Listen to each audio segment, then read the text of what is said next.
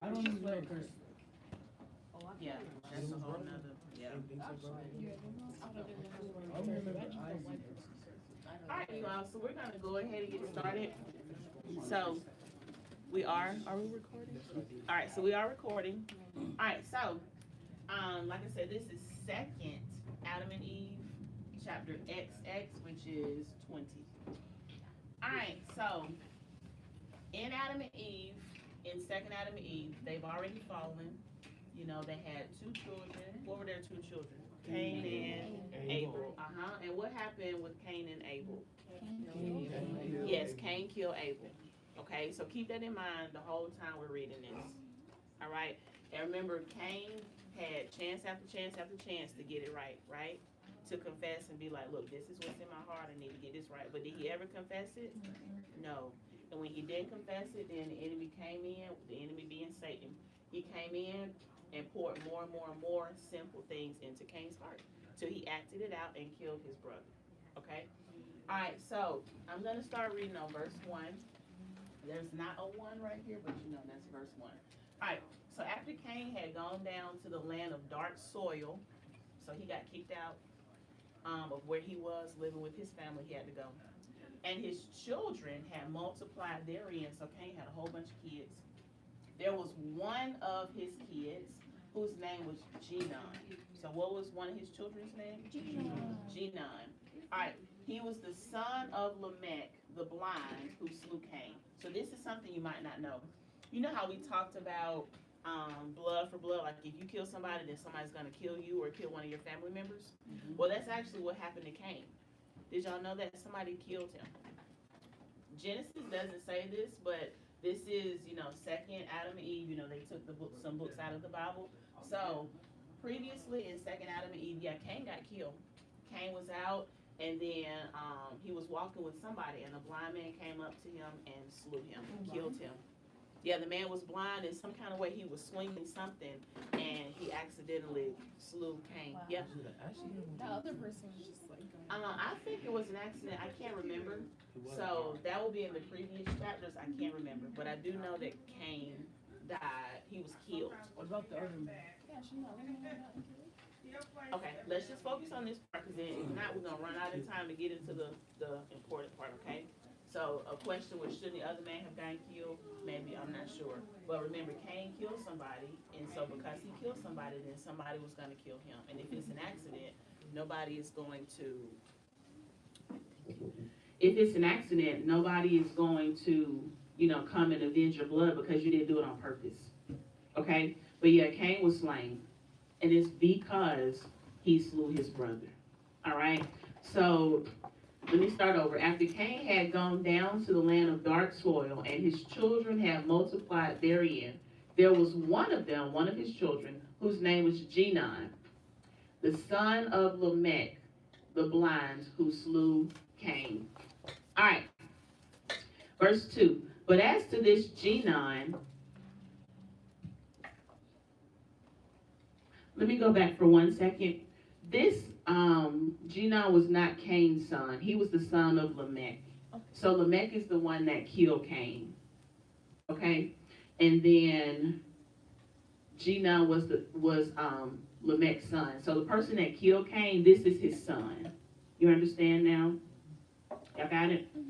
Okay, so verse 2. But as to this Genon, who is the son of the man that killed Cain, Satan came into him in his what? Childhood. So Satan entered into him when he was a child. And he made sundry trumpets and horns and string instruments, cymbals and psalteries. These are all praise instruments, right? Mm-hmm. And lyres and harps and flutes. And he played on them at all times and at every hour. That already doesn't sound right. For somebody to be up at 1 o'clock in the morning playing, and then you up at 4 o'clock in the morning playing, right? But it says Satan came into him. Verse 3. And when he played on them, Satan came into them, into the instruments, so that from among them were heard beautiful. You wouldn't think that if Satan was playing through him, you would hear beautiful sounds, would you? No. But it says, so that from among them were heard beautiful and sweet sounds that ravished the heart. So a lot of songs, they can even be what we call Christian or believer songs, and they might be like sounding so gorgeous, but Satan could have entered into those people. All these songs are not towards and not geared to the Lord. So you have to be very careful. So when I heard this, I was like, oh my gosh. Like all these people that are full of gay spirits and all of those kinds of things playing the music. You think that's of the Lord? You think the Lord is in that? No, no. I'm talking about those that are all out there and stuff like that. And then you sit up here thinking that you're okay with the Lord because you playing instruments. Well, you read this, you realize, nah, you're not all right. And it says beautiful and sweet sounds came from it. But was it towards the Lord? So you have to be very careful what you listen to. Very careful. Even worldly songs might sound really good, but you have to think now, what spirit is behind that? I didn't know this until I read in Second Adam and Eve. I didn't know it for real. I didn't know that beautiful and sweet sounds could come. I mean, I knew that, but I didn't really know that, the enemy could use somebody like this, that to our ears it would sound wonderful, and we would not even be able to tell that it was wrong. You understand? So that's something that's like, oh my gosh. All right, let's go down.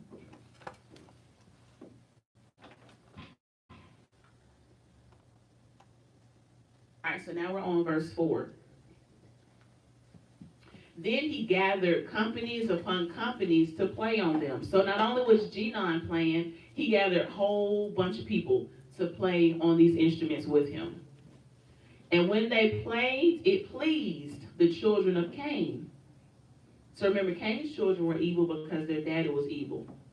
Now, I'm not saying they were evil because their daddy was evil, but what I'm saying is he raised them to be evil, and they did the evil that he was telling them to do. You understand?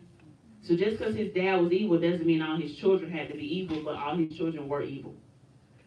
And they inflamed, listen to this, I'm going to start over. Then he gathered companies upon companies to play on them. And when they played, it pleased well the children of Cain. Listen to this part. So because of the music that was being played, they inflamed themselves with sin among themselves and burnt as with fire, while Satan inflamed their hearts one with another and increased lust among them. So this music was creating lust on the inside of them. Do y'all know that what you listen to, if it's not of the Lord, it'll create stuff that's not of the Lord in you? Yeah. Like Apostle Mike has said before, that when he was out there fornicating and sinning and everything, it's the music that he was listening to that was feeding him. And when I first got saved, back in college, there was this group called 112. They were my group. And so I remember listening to that, and I would bump it in my room. I'm talking about loud in my dorm. You could hear it like way down the hallway. And I was like, woo! And the Lord was like, Bianca, I'm dead serious. I had just gotten saved like a few days or weeks prior. And I had never really heard the voice of the Lord ever. And I'm in there by myself like, yeah. And he was like, Bianca, turn that off. And I was like, but I don't want to. I was like, I don't want to. But it wasn't I don't want to, like, I'm not going to do what you say. I was just being honest with the Lord. I was like, but I don't want to. He was like, turn that off. And you need to listen to gospel music. I was like, I don't have not one. I mean, let me go see if I even have a gospel CD, like for real. I mean, I wasn't saved. So I'm just going all through. And I was like, ooh, I got one. I had one. So I was like, okay, Lord, there you go. So I put it in. And from then on, that's all I listened to. Because that's what the Lord told me to do. But music influences you to do the wrong thing if it's giving the wrong message. You understand? Okay, I heard one yes, ma'am. Y'all understand? Okay. Verse 5. Listen to this. Satan also taught Genon to bring strong drink out of calm. I don't know if it's supposed to be corn, don't know. But anyway. And this Genon used to bring together companies upon companies in drink houses, and brought into their hands all manner of fruits and flowers, and they drank together. So the enemy taught him how to make alcohol. So if you ever wonder, where did beer and wine and all those things come from? Boom, there you go. Satan. It says Satan taught him how to bring those strong drinks. Something to think about, right? So the next time, once you all get older and your buddies are like, especially boys, man, don't you want a beer? Don't you want a? Nah, man, you can have it. Because now I know where it came from. You see what I'm saying? All right, verse 6. Thus did this Genon multiply sin exceedingly. So because Satan was in this man, it said sin multiplied exceedingly. So they were taught how to sin. He also acted with pride and taught the children of Cain, there you go, to commit all manner of the grossest wickedness, which they knew not. So he taught them how to do stuff that's wrong. They didn't even know how to do it. He taught them how to do it. So if you have friends that you know you shouldn't be around, they can be teaching you, and of course they're going to teach you how to do things that you didn't even know how to do that you have no business doing. If you understand what I'm saying, raise your hand. Yep, thank you. Because I know that was me when I was in high school. I'm like, yeah, you're my ace-boon coon. But then when I look back on it, I'm like, no, you were just showing me how to do sin and talking to me about sin, which led me the wrong way. So you have to be careful of who your friends are. Because I'm like, man, had you not led me the wrong way and talked to me about all this other stuff, I wouldn't have failed. Goodness gracious, So be careful who your friends are, seriously, okay? So he taught them how to sin and put them up to manifold doings which they knew not before. So he taught them how to do stuff they never even knew how to do before. So you need to be very careful about who your friends are. Okay? All right, verse 7.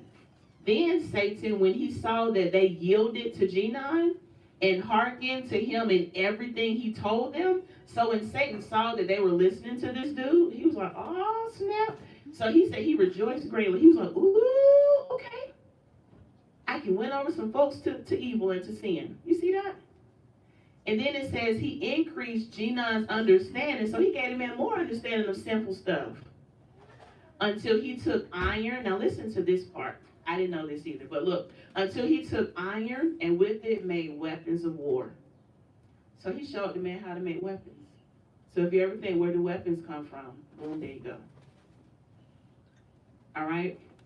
Now, if somebody has a weapon for protection, because there's so many crazy people, that's not what I'm saying.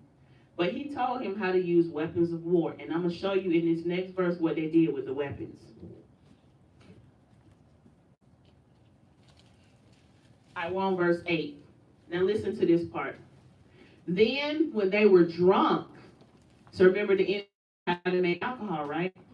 Then when they were drunk, hatred and murder increased among them. What weapons you think they were using? The ones he showed them, right? Yeah. And then it says, one man used violence against another to teach him evil, taking his children and defiling them before him. So while they were drunk, one man might use violence and take somebody's daughter and just rape her in front of her daddy. Or take the boy, rape him in the booty in front of his daddy. I'm serious. They were doing all kinds of craziness. Because it says, one man used violence against another to teach him evil, taking his children and defiling them before him. It was nothing he could do because the other dude had a weapon. And that same stuff happens today. All right, verse 9. And when men saw they were overcome, basically that they were being defeated, and saw others that were not overpowered, so they saw other people winning, those who were beaten, those who were getting beat up and messed up and losing the fight, they came to Genon. And they took refuge with him. They're like, look, man, you have to protect me. And he made them his confederates. So they all became on one team. Because they were losing. They were like, man, you got my back. He's like, yeah, I got your back. So then they became confederates together. Y'all see that? All right, verse 10. Then sin increased among them greatly. This is all from where Cain fell, all his little people. Sin is increasing greatly. So it started with the enemy putting something in his heart, right? Remember, to kill his brother? Who knew it was going to go all the way to this? Who knew that it was going to lead to his children, the many of them, sinning? Who knew it was going to lead to Genon sinning, making weapons, them killing each other? Then on top of that, who knew that it was going to lead to them being shown how to get drunk, right? Who knew that all of this was going to happen? Then from there, they're killing each other. You know, people being raped, and it's just totally out of control. Who knew that one little seed that wasn't right could cause that much damage? Did y'all think about that? Like all these folks dying and everything because of one person not getting it right? That's a big deal, right? Yeah. All right, verse, where am I, y'all? 10. Thank you. Then sin increased among them greatly. Listen to all this stuff that's going on. Until a man married his own sister, yuck, or daughter, yuck. So that's like a daddy marrying his daughter, disgusting. Or mother, so a son marrying his mama, disgusting. And others, listen to this, or he was marrying the daughter of his father's sister, so marrying his auntie. That is disgusting. Disgusting. Okay? So that, listen to this, so that there was no more distinction of relationship. So family was gone, because everybody just got with everybody. And they no longer knew, listen to this part, and they no longer knew what is iniquity. So what's iniquity? Somebody raise your hand. Somebody, what's the iniquity? Sin. Say it again. Sin. Is it public sin or hidden sin? Public sin. Or hidden sin. Oh. Yes, it is hidden sin, okay? So look, they no longer knew what was iniquity. You know why it wasn't hidden anymore? Who thinks they know why it wasn't hidden? Hold on, let's see. Why was it not hidden anymore? Because they do it a lot more. Oh, say it one more time, the last word. Because they do it a lot more in public. Yep, because they were doing it in public. Remember, iniquity is stuff that's on the inside of you that nobody knows about. But it says they no longer knew what was iniquity because they were just straight out doing it. So it wasn't even hidden. They were like, oh, you want to get with your auntie? Okay. And they just went and did it. So it wasn't even hidden anymore. Oh, I don't like you, I'm going to kill you. Boom, dead. So it wasn't iniquity anymore because they just straight up did it. Oh, you can run faster than me, I'm going to cut your legs off. Cut. Okay, you dead because can't nobody come save you. You're going to bleed out and die. I'm serious. It was no more iniquity. Somebody can walk around you and be like, I don't like you. And be jealous of you and everything nowadays and hide it in their heart. But no, it says they no longer knew what was iniquity. So if they didn't like your hair, okay, boom, your hair is gone. Go burn it off. Seriously, they did whatever they wanted to do. I don't like your nose. Your nose is pointed. I'm going to cut it off. Okay, well, boom, it's cut off. I'm serious. It says they no longer knew what was iniquity. Isn't that crazy? But what's also crazy is to have sin on the inside of you and you don't deal with it. So if it's something in you and you know you don't like somebody or whatever, talk to the Lord about it because he's not going to have you not liking folks and all that kind of stuff. Even if they do you wrong, you still got to forgive them. So don't have iniquity on the inside of your heart. Okay, but these folks, they had iniquity and they just straight up did it. So think about if somebody didn't like you or some things that people have done to you, like I know Michael was harassed by a person.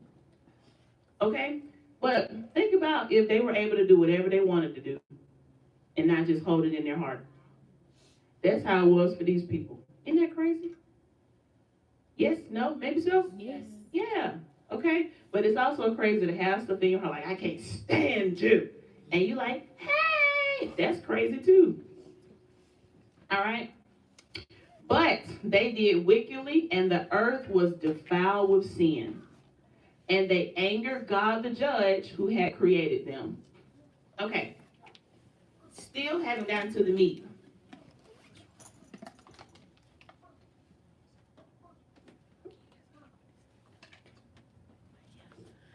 We have a lovely person that is going to add to it. Let's give me a clap.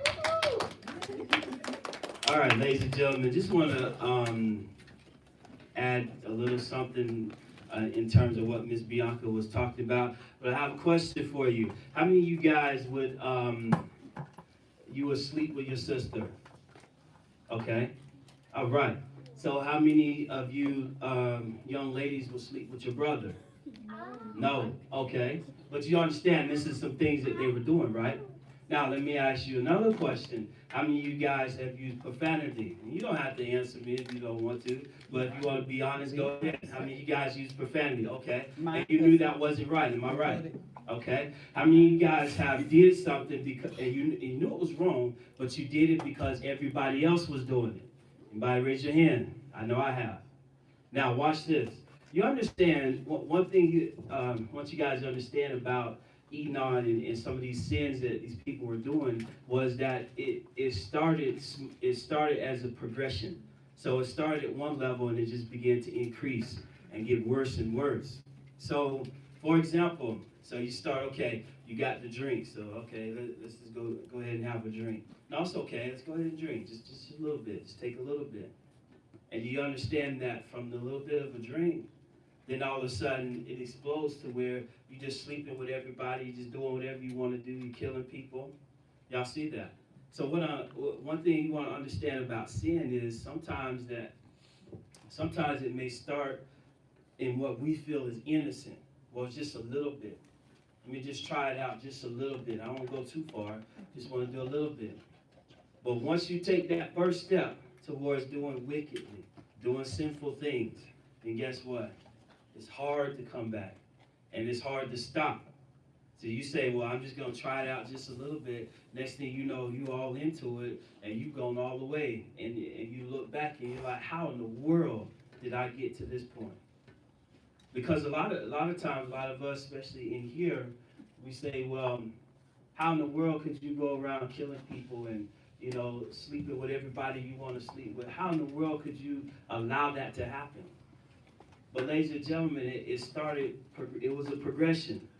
It was a progression. If you look right here, Genon in verse 9, he made confederates, right?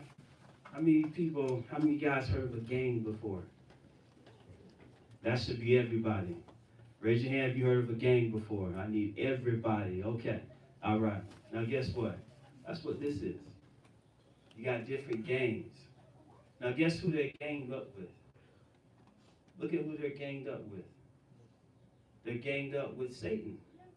Genon here is in partnership with the enemy. And guess what? His whole desire is what? To steal, kill, and destroy. But did Genon say that? Did Genon say, hey, you ganged up with me, I'm going to kill you. The end of you is death. Did he say that? No. He made it look what? He made it look fun. He made it look appealing. Nah, you good. You join me, you good. You join me, I'm going to protect you. You join me, I'm going to make sure everything work out for you. You join this gang, you join this particular crew, you're going to be good. You're going to have the money you want. You're going to have the house you want, the girls you want, the guys you want. Give you whatever you want. But he don't tell you that as you are getting all these things that you want, the money, the shoes, and the clothes, and the popularity, he don't tell you at the same time, I'm killing you.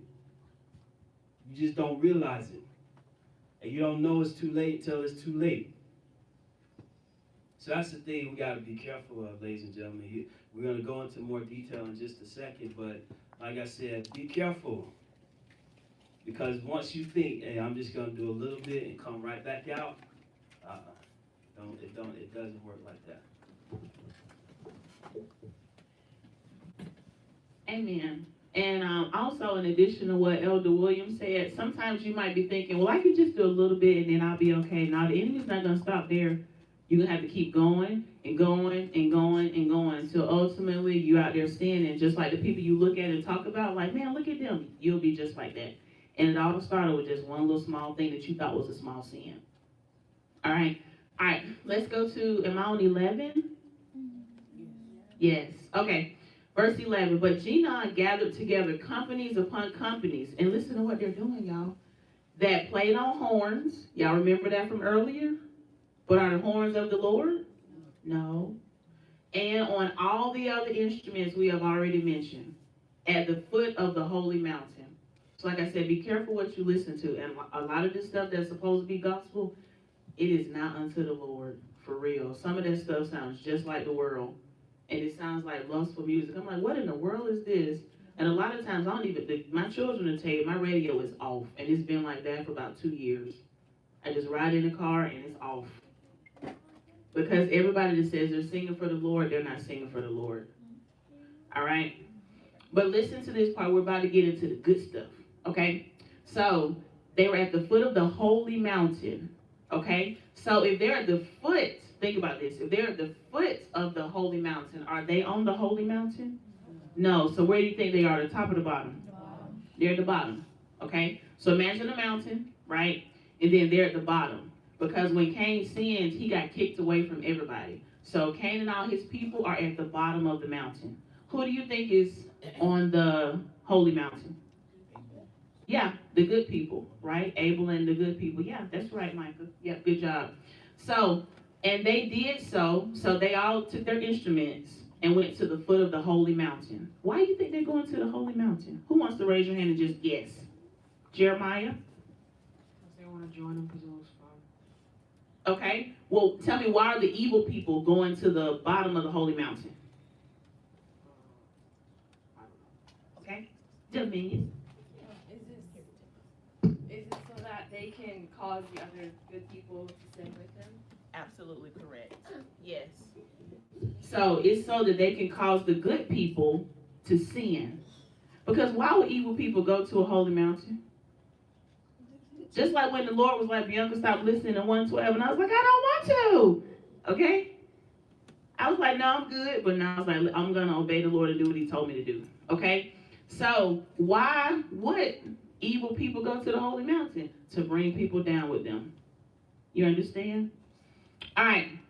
And listen, and they did so in order that the children of Seth was on the holy mountain, but they did so in order that the children of Seth, who were on the holy mountain, should hear it. So guess what? The enemy knew who was holy. So the enemy knows that you are trying to live right, but he also knows if you're not trying to live right. So think about that for a minute. You're really trying to do right. You're really trying to live right. The enemy knows that. So then he'll send some fine girl for the boys or some handsome boy. Probably is going to be a thug. But if you're like, well, no, I can't do thugs, then he's going to send somebody that looks like they're put together in your face. You look so pretty. Well, now he won't talk like that. That sounds like a gay dude. You look so pretty. You know? Or, going to the boys. Hey, Micah. With a low-cut shirt on and everything. Hey. Twisting, tight pants on, everything. They can't even bend down to pick up something because their pants go bust open. Hey, Micah. I'm serious. Hey, Stanley. Stanley, you're so handsome. I'm serious. And then it could just take one time and you like, oh, thank you. Thank you. Well, you look good too. Oh, there you go. There you go. You just messed up. Now, did you mess up in saying something? No, but you gave attention to them. Okay? Like I told my children before, I'm like, look, you in whatever grade, you really think the Lord gonna send your person to you right now? Get your work done. Okay? They probably don't even know who they are. And like Apostle might say, they can't pray for you. You hurt your toe. They're going to be like, I'm sorry for you. Go to the doctor. Well, you going to pray for me? Pray. I don't know how to pray. Please. It's more than what somebody looks like. And no, the Lord's not going to give you no ugly spouse. So please stop thinking that.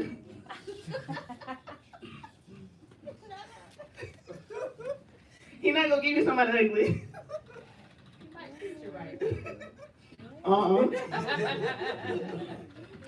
No, you gotta look nice. I'm sorry. They got short arms.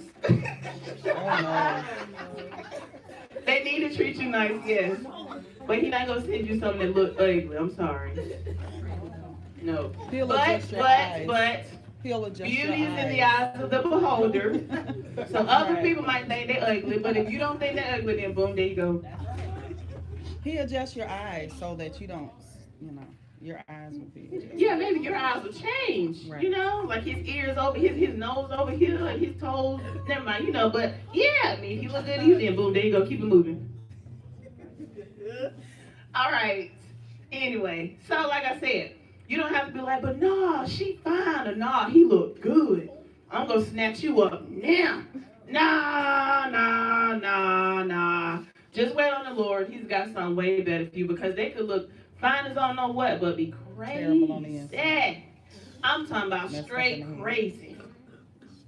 And they're not gonna show you that they crazy right off the bat. They could be like, oh hey, oh my gosh, let me tell y'all a story. Let me tell you a story. Okay, Elder Williams, when we were on the cruise, when that lady was singing that crazy song, were the kids with us or no? That was when you guys left us out. Yes. So they weren't with us that last cruise. Okay, look, so we went on a cruise, right? And we were bored, man. I'm like, look, I'm so bored. Like, we need something to do. And you're in the middle of the ocean, so you got to find something to do on the ship. I mean, it's not like you can just go home or let me just drive to Dave and Buster's. Nah, you're in the ocean. So I'm like, let's go find something to do. So they were doing karaoke, right? So we ended up standing there like 2 hours. It was fun. But there was this couple, right? And they came, and you could request the songs you wanted to sing. I have to find the lyrics to the song, and somebody might know it. Oh my gosh. So anyway, the lady was like, oh, I want to sing a song, I want to sing a song. So they wrote down the song she wanted to sing. Man, if I were to record it. Anyway, okay. So here we go. So they weren't married. I guess they were boyfriend, girlfriend. I didn't see any rings on their finger. Maybe they were engaged. That's a good question. How old were they? Our age? Maybe, Andrew? Probably about our age. Okay? So she was standing up there. She was like, I gotta sing a song. So everybody got up and sang their songs, right? And then when it became her turn, she was like, she won't walk like that. I'm just, you know me, I'm gonna put on her. But anyway, she walks up there, and so her dude or whatever standing in the back like, that's my girl, you know, just all proud. And she got up there, I'm telling y'all. She got up there, and she was like, they started playing the music, and he was sitting there like this, getting excited because she was dedicating the song to him. And so he's like, you know, and then the whole audience is there like, ooh, you know, thinking that's so good, you know, and she's like, and then when the song comes on, she's basically, I'm just going to paraphrase, song comes on, she's like, and I don't know the song, so I'm like, and then she goes, if you cheat on me, I'm gonna kill ya. I'm serious, but it's a song. I'm dead serious. It's a song. And so then she's like, yeah, and I busted his tires. And the dude was like, I'm telling you, that dude was like, I'm dead serious. That man was like, I'm serious, y'all. And she was so into it. And she was like, and I followed you, and I was trying to see where you were going. And if you cheat on me, I'm going to kill you. I mean, I'm serious. I had to find the song. And then she was all into it. I mean, she really meant what she was saying. And if you hurt me, I'm going to destroy you. And I got a knife. And I mean, I'm talking about for real. And that dude, he was at the door. Like, I'm serious. She was up there on stage, and then everybody in the audience was like this. And so the dude was like, I don't even think he started out in the doorway. I don't think he was in the door at the beginning. But then she on the stage up here, and the door's over there. That dude is in the doorway like this. I said, Andrew, she might not. I said, he better not ever mess up. But I was like, I said, Andrew, I said, I hope he realizes this lady crazy. But guess what? He did realize. Say it again. It's crazy too. Oh, okay. Oh, yes. Thank you. I forgot about that part. Okay. So I said, Andrew, I hope he realized she crazy. You know? And she wasn't some big old fat blob that nobody wanted. No. She looked like she had her stuff together, you know. But when she sang that song, I said, that lady crazy.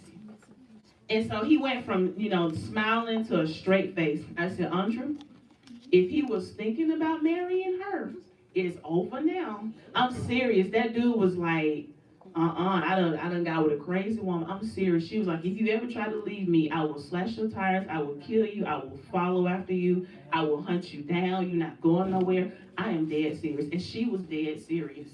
I'm like, this lady crazy. So that's what I'm saying. You go get somebody, oh, you're so cute. Okay, but then they crazy. And so then she sat down and everybody was like,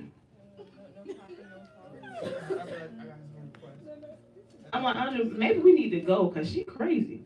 So then he's like, oh, I got a song. You know, and so he gets up there and sings a crazy song too, talking about, I'm going to kill you. I'm like, you're crazy too. So like I said, I'm like, don't nobody have time for craziness.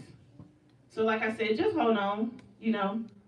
I don't even know what you're in a rush for anyway. Because once you get with them, you with them for the rest of your life, you know, because we don't believe in divorce unless, you know, it's something according to the Bible that's not right. You know, they cheating on you, doing all kinds of craziness. Yeah, get rid of them. You ain't finna stay with nobody crazy? Negative. Tell them goodbye. Okay? But what I'm saying, just wait. You know, you don't want to be like, yeah, let me hurry up and get with you. Nah. We gonna wait. We gonna wait it out. So like I said, them two crazy. All right? And then I know a certain person, you know, he got with somebody and he was like, oh, you know, she's so cute, whatever. Me and Andre know this person. Then come to find out she crazy too. And then he like, nah, I gotta get rid of you. But I mean, you already got a child with her. So now you're gonna have to deal with her in some form or fashion. So that's why I said, just take your time, wait. People come up to you, you're so cute. I told my kids, be like, I know I am, and bye. Tell me something Thank you. I be like, tell me something I don't know. You gonna fall for somebody just because they said you look good? That's all you gonna fall for? You already know you look good, so keep it moving. Be like, okay, and keep it moving.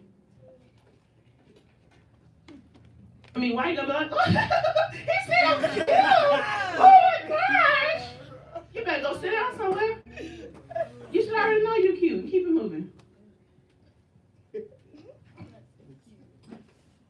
Yeah, just, I mean, for real? You gonna go crazy because somebody says you're cute? You don't know you're cute already? Really? He's looking at me. Okay, Ann. Give it about 5 minutes. He's gonna be looking at somebody else too. Okay?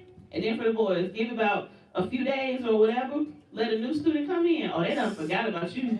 Ooh, who is the new kid? Y'all know it happened. They forgot all about you in a millisecond. And you're going to get caught up in the fact that, oh, he said I'm cute. Okay, Ann, keep it moving. There's more to me than cuteness. Okay? All right, let's keep going. So we're on 12. Is that right, y'all? Yeah. All right. So remember, they're going to the mountain, basically to pull down the righteous children. Right? Right, y'all? Yes. Okay, we're on verse 12. Listen to this. But when the children of Seth heard the noise, they wondered. So remember, the music sounded wonderful. Remember, it sounded beautiful? So they wondered and came by companies. That's a whole bunch of people. And they stood on the top of the mountain to look at those below. And they did this a whole year. If you know something, now they already knew the people below the mountain were sinful. So it's not like they didn't know. So why would they keep going over and over and over again to go and look at them? Yeah, but why would the righteous people keep going to see what the unrighteous people doing? Okay, Micah, say that again. Because it doesn't sound bad. Yeah, they're like, I'm not down there with them, so I'm not doing anything wrong. I'm just looking. You see what I'm saying? Don't nobody want to answer. Y'all see what I'm saying? Yes. Yeah, I remember when I was in college, I don't think I had gotten saved yet. But I was like, let me just go to Gorilla Thriller. Everybody went and got off the stage. No, that's just a no right there. Is that a club? So, Lenore, which fraternity was over Gorilla Thriller? Was it the Q Dogs, the Kappas, the Alphas? I don't know. The gorilla, that's the alphas. Okay, thank you, Anita. So the Gorilla Thriller, and the fact that it's called Thriller should let you know, don't go. So anyway, you know how people keep asking and asking and asking, like, are you gonna come? Are you gonna come? You like, no. Okay, are you gonna come? No. Are you gonna come? Then finally, you be like, okay, fine, yes, right? I'm like, I can dance at home for free. That's what I used to always say. I'm not going to the club. I can dance at home for free. So somebody convinced me to go, because this is what happens when you go to college. If you stay on campus, on like club nights, the campus is straight quiet. The whole dorm room is quiet because nobody is there. They all at the club. Peace and quiet. That's a good way to think about it, David. Say it again. Peace and quiet so we can go to sleep. I wish I would have thought like that. But I wasn't saved then, you know. So somebody finally convinced me to go. I was like, okay. So I go. It was so hot and sweaty in there. You had to show them your ID, you know, to get in, because you had to be over, 18 to get in, or 18 or over to get in. So I showed them my ID. Everybody dancing, freaking out on each other and everything. And I remember I wasn't even saved yet, but like I tell my kids, I was different growing up. I wasn't like everybody else. And a lot of you all end up realizing you're not like everybody else too. So I remember I went and I sat down, and I'm not even saved yet. I went and sat down, and I was like, ooh, if your mama knew what you were doing. That's all I could think about when I was sitting there. You know, and so I remember I went around the corner. I saw this boy half dressed. I said, it's time for me to go home. And that's all I remember was I said, it's time for me to go home. I literally turned back around, and I don't remember nothing else after that. So I guess we left. And I forgot why I told y'all that. But anyway, oh, yeah, so if you keep saying, let me go see what they're doing, this is why I told y'all that. If you keep saying, well, let me just go see. No, it's nothing for you to see. And the more you keep going and tiptoeing and seeing and going and tiptoeing and seeing, then guess what's going to happen? What do you think is going to happen, Leah? That they're gonna go and No, if you keep tiptoeing and seeing and tiptoeing and seeing, what do you think is going to happen? then I would go follow the crowd. Yep. All right, so let's see what happens. If you think that they're going to go and follow the crowd, raise your hand. Okay, if you think they're going to be strong believers and not follow the crowd, raise your hand. So, no takers. Okay, so let's see. But remember, they did this for how long? Why? Think about that for a minute. Why? You don't have to say anything, just think. Why? Okay, Stanley, why do you think they did it? They're being peer pressured. Okay, you said they're being peer pressured? Well, not Yes. really peer pressured. They're just being pressured. Okay, guess what? Nobody was telling them to do it. Because remember, the people on the mountain haven't said anything yet. Remember? They just playing music. So, what do you think, Janiyah? That they were thinking about going down there? Yeah, they wanted to see what was going on. But yeah, Stanley, that was a good thing to say. But yeah, they're not being pressured. Y'all see that? Because a lot of times we talk about peer pressure, which y'all go through that. Okay? That's where somebody's like, come on over here, come on and do this. Man, you lame, you don't want to come over here, come on. And so what if they call you lame? I mean, you gonna bleed because they called you lame? Are you gonna die lame? Let them say whatever they want to say. So, and I'm not lame. You the one that's lame for going out there and doing stupid stuff. That's what you need to think. No, you lame. Okay? But let's go to verse 13. Okay? Now listen to this. When at the end of that year, Genon saw that they were being won over to him little by little, Satan entered into him and taught him to make dyeing stuffs for garments of diverse patterns, and made him understand how to dye crimson and purple and whatnot. So when Genon saw that they kept coming for a year, then Satan entered into him. And he was like, okay, well, let's make really nice, apparel for us to wear to entice them even more to come down from the mountain. Okay? So verse 14. And the sons of Cain who wrought all this and shone in beauty and gorgeous apparel, they gathered together at the foot of the mountain in splendor. But was it the Most High splendor? No, it was splendor just to get them to fall. With horns, there we go with those instruments, right? And gorgeous dresses. And remember, those instruments were putting lust out there for everybody. You remember we read that earlier? Y'all remember? And horse races, I don't know what the horses have to do with it. They just making a whole bunch of noise. But horse races, listen to this, committing all manner of the fact that they kept going for over a year. He's like, oh, you interested? And when he saw that they were interested, then he kept doing more and more and more stuff to draw their attention. Y'all see that? Y'all see that? Yes, sir. Okay, now let's go to 15 and let's see what happens. Meanwhile, the children of Seth, they were still on the holy mountain, prayed and praised God. Now, don't you think they should have confessed and prayed about this to God? Yeah. Thank you, Dominion. She said yes. Anybody else think they should have talked to the Lord about it? Yes. Yeah.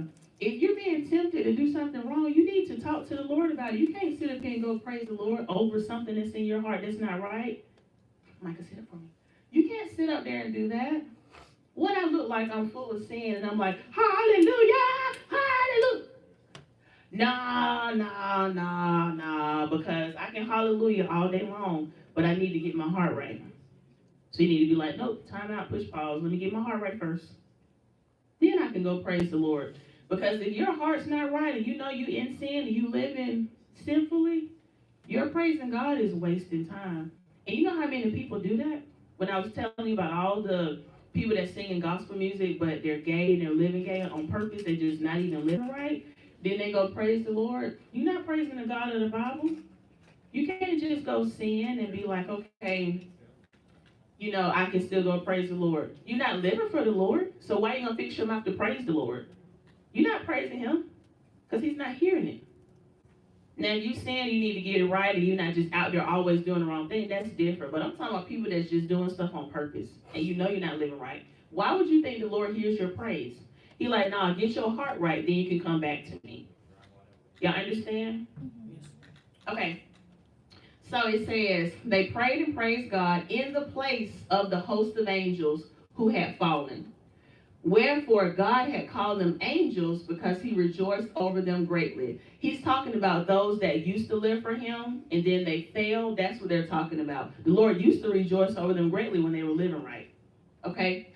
Verse 16, but after this, they no longer kept his commandment, nor held by the promise he had made to their fathers. So here's the good stuff right here.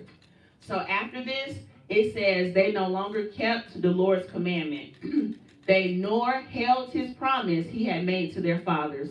But, listen to this, they relaxed from their fasting and praying. So not only are they going to the mountain, but then they relaxed with their fasting and their praying. And from the counsel of Jared, their father. So their dad told them, look, this is what you need to do. This is what you need to stay away from. And so they relaxed from it. You think it's going to go well with them? All right, so let's see. And they, listen to this part, and they kept on gathering together on the top of the mountain to look upon the children of Cain from morning until what? I didn't hear everybody. Evening. And upon what they did upon their beautiful dresses and ornaments. So they still going.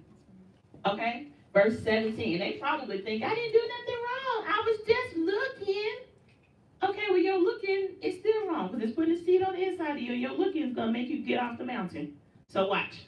Verse 17, then the children of Cain looked up from below. So remember the ones that's not on the mountain? They looked up from below and saw the children of Seth standing in troops, that's a whole bunch of people, on the top of the mountain, and they called to them to come down to them. Ooh. They're like, hey, since you up there, come on down to us. You've been up there for over a year. Come on down. Let's see what happens.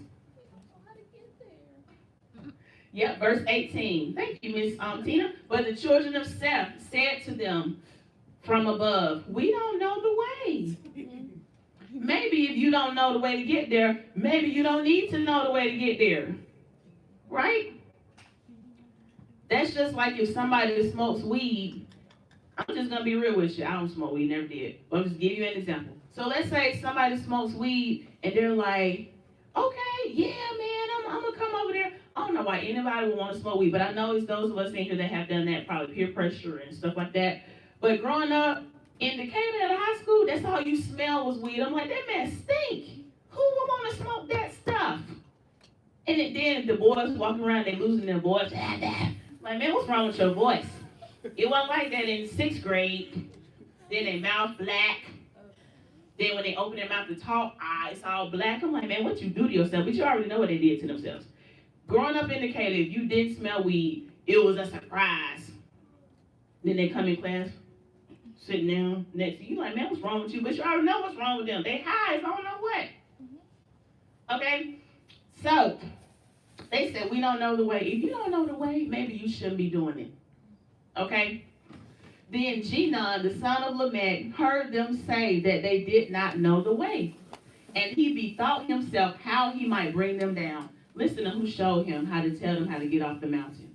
Then Satan appeared to him by night, saying, so Satan showed this man how to tell those people to get off the mountain.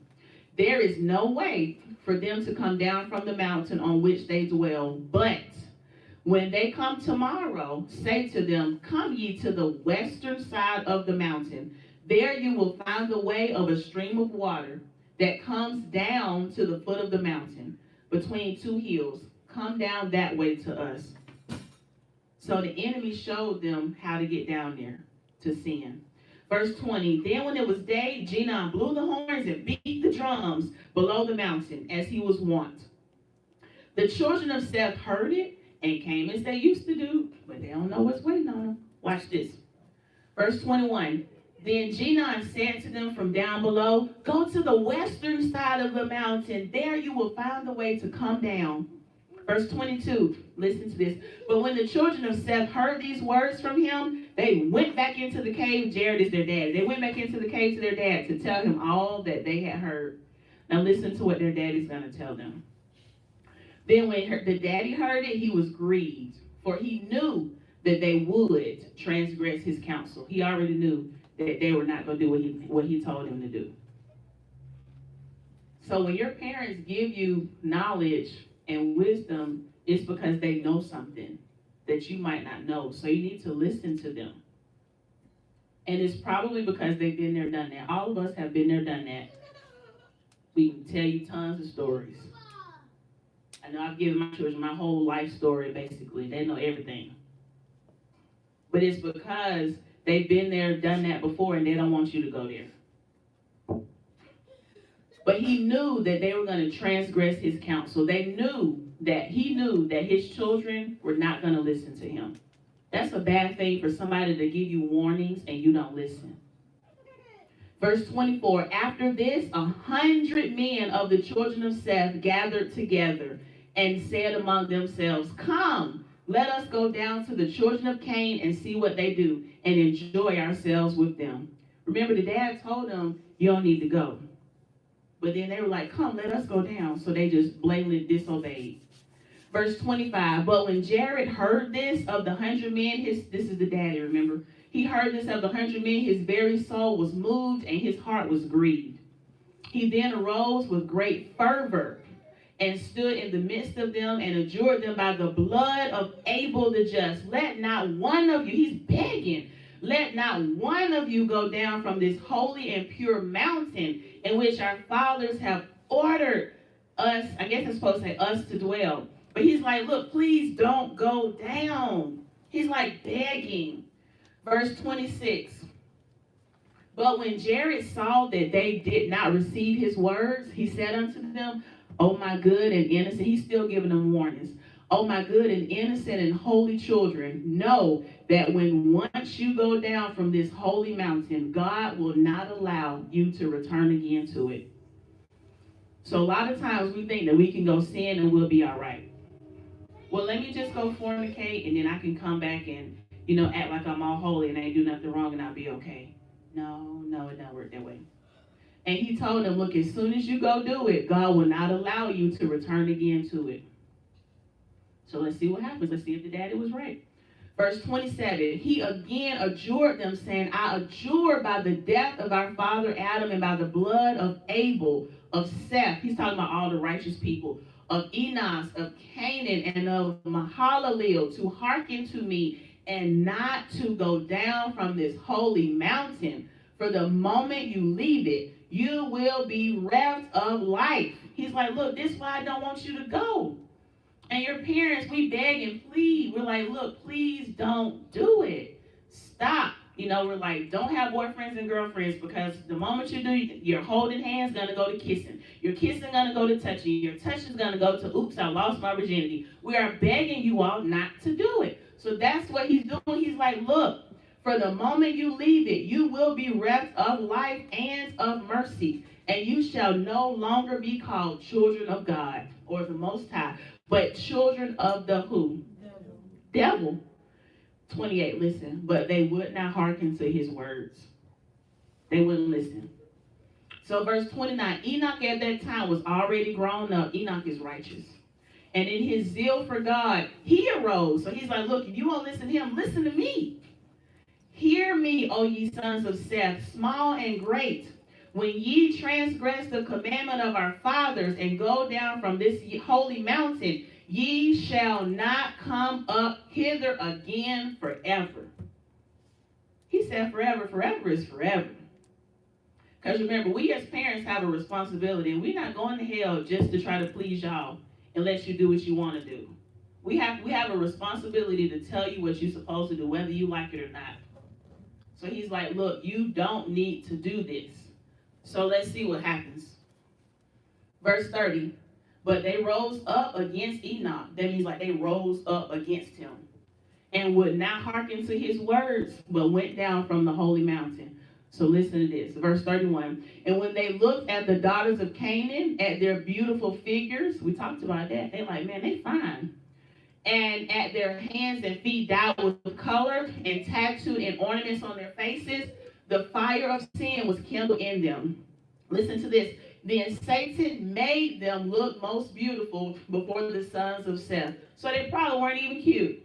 It says Satan made them look most beautiful before the sons of Seth, as he also made the sons of Seth appear of the fairest in the eyes of the daughters of Cain. So to the girls, he made the boys look fine. Oh, he's so fine. He got his pants sagging down. Please. That's how I used to be in the world, but thank the Lord I'm not like that no more. But it says, he also made the sons of Seth appear of the fairest in the eyes of the daughters of Canaan, so that the daughters of Canaan, listen to this, lusted after the sons of Seth like ravenous beasts. You think that's the Lord making you lust after somebody? And look, it's all based on how they what? How they look. But remember I told you, somebody can look good and be crazy, straight crazy. Lusted after the sons of Seth like beasts. And the sons of Seth lusted after the daughters of Cain until they committed abomination with them. So they were intimate with these people right off the bat. Verse 33, but after they had thus fallen into this defilement, they returned by the way they had come and tried to ascend the holy mountain. You see it says tried, right? But so they tried to go back up to the holy mountain where they were. But they could not, because the stones of that holy mountain were of fire flashing before them. That's the same thing that happened to Adam and Eve when they left the garden. Remember, the Lord put an angel with the flaming sword right there so they couldn't get back? So it says, because the stones of that holy mountain were of fire flashing before them, by reason of which they could not go up again. Almost done. Verse 34, and God was angry with them and repented of them because they had come down from glory and had thereby lost or forsaken their own purity or innocence. So their whole purity was gone. And were fallen into the defilement of sin. Then God sent his word to Jared, saying, these thy children, whom thou didst call my children, behold, they have transgressed my commandment and have gone down to the abode of perdition, which is like destruction, and of sin. Send a messenger to those that are left, that they may not go down and be lost. All right. I'm going to go. Okay, I'll just finish this up. Verse 36, then Jared wept before the Lord and asked of him mercy and forgiveness. But he wished that his own soul might depart from his body. So the dad was so distraught that his children went down. It hurts us when you all go the wrong way. His dad was so distraught, and he just wanted to die. He was like, look, man, my children are never coming back to me again. They're gone for good, like forever. And it said, rather than hear these words from God about the going down of his children from the mountain, he wished that his soul might depart. He just wanted to die. So when we warn you all and tell you don't do this and don't do that, and you go do it anyway, and then you become destroyed, and we know we gave you warning, but you went anyway, that hurts us. Verse 37, but he followed God's order, talking about Jared. He did what the Lord told him to do, and preached unto them not to go down from that holy mountain. Listen to this. And not to hold intercourse with the children of Cain. Verse 38, but they heeded not his message. So the whole rest of them didn't listen either, and would not obey his counsel.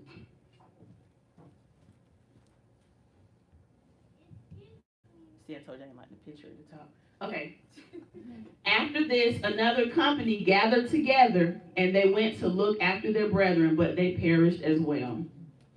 And so it was, company after company. So that means people after people after people kept going down the mountain. But isn't it amazing that more people can keep going down to the mountain, but they can't get back up? Isn't that something to think about? Because remember, the people that were down there, they tried to get back, right? And he was like, you can't get back. But then all these other people are still able to get down to the mountain. Get down the mountain. So what it lets you know is the Lord's not going to stop you. If you want to go sin, go out there and do it. But it's not on us that we didn't tell you. So you want to go on ahead. Because we told you not to, and you're going to do it anyway? Okay, go ahead. Not that we want you to, but I mean, can't nobody force you and tie you down in your room or something.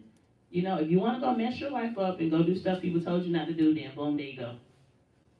But you can't say nobody told you not to. Jamari, open your eyes. All right. Then, verse 2, then Jared sickened from grief, and his sickness was such that the day of his death drew near. I'm going to just go down.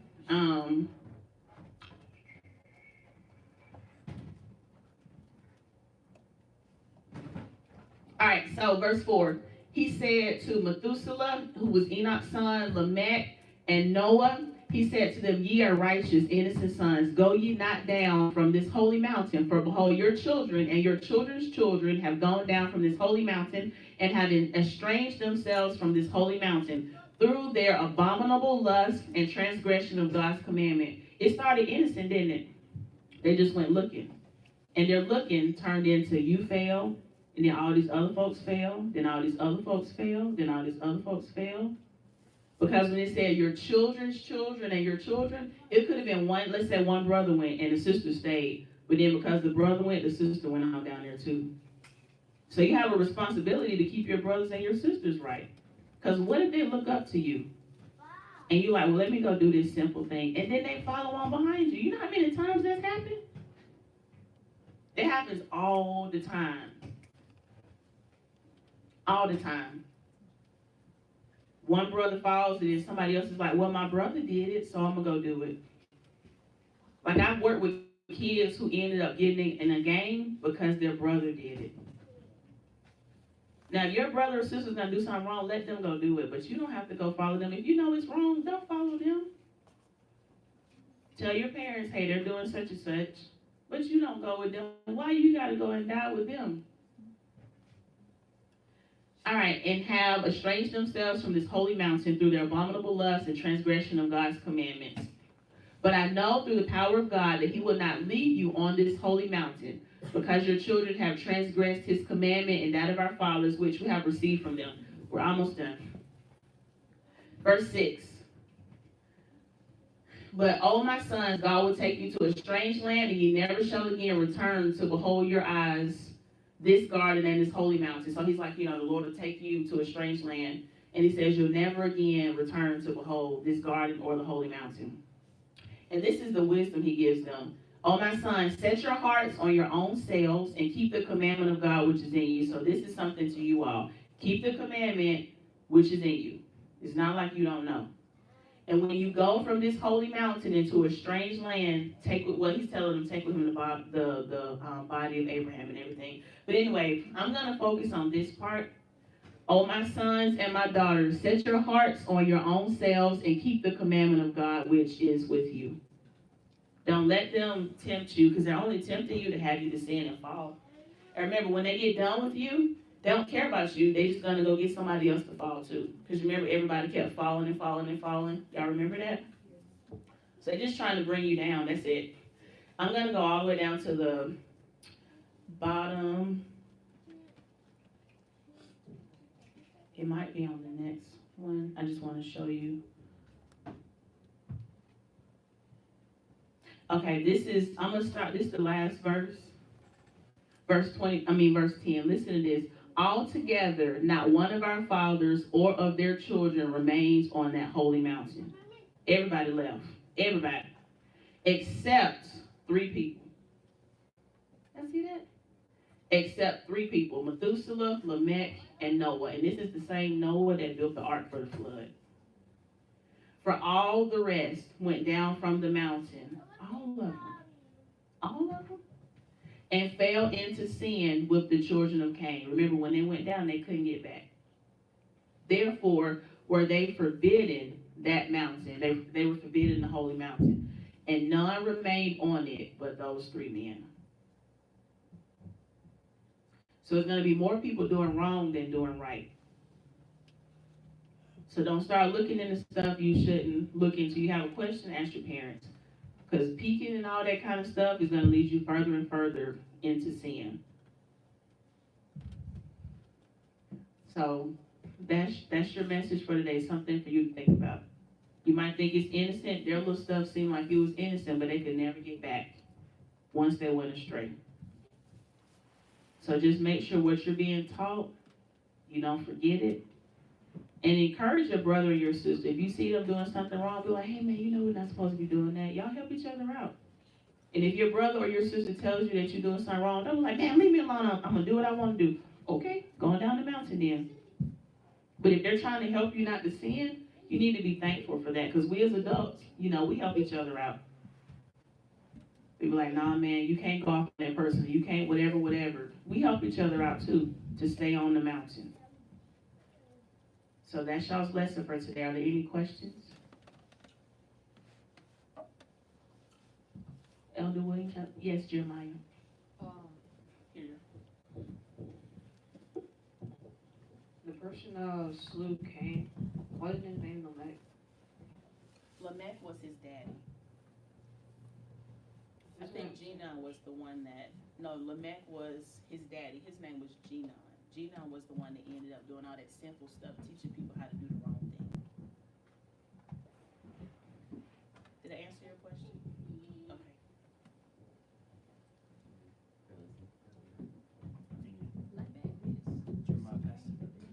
Is Lamech, but he was the blind guy. Did he kill Cain? Yeah, It's okay. that's what you were asking? What's his name, Lamech, that slew Cain? Yes, I'm sorry, yeah. And his son was, same Lamech. no, it's not. Because Lamech was already down. Remember, Lamech was evil. That's how Genon ended up being evil. So this is a different Lamech. That's a good question, yeah.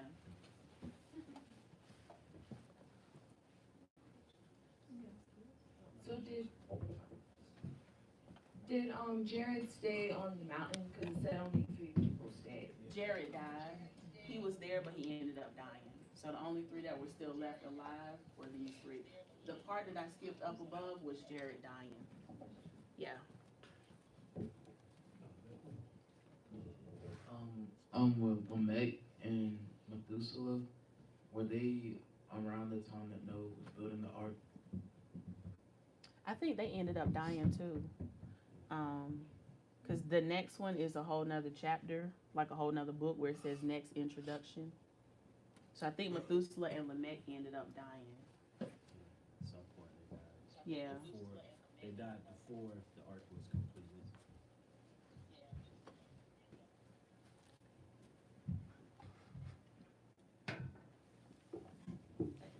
But JC was one. That's full. While we get ready for Pastor Fuller, let me answer this question real quick. Verse 13, and Jared said no more. His hands were loosened, his eyes closed, and he entered into rest like his fathers. His death took place in the 360th year of Noah, and in the 989th year of his own life, on the 12th day of Toxus on a Friday. So Jared died.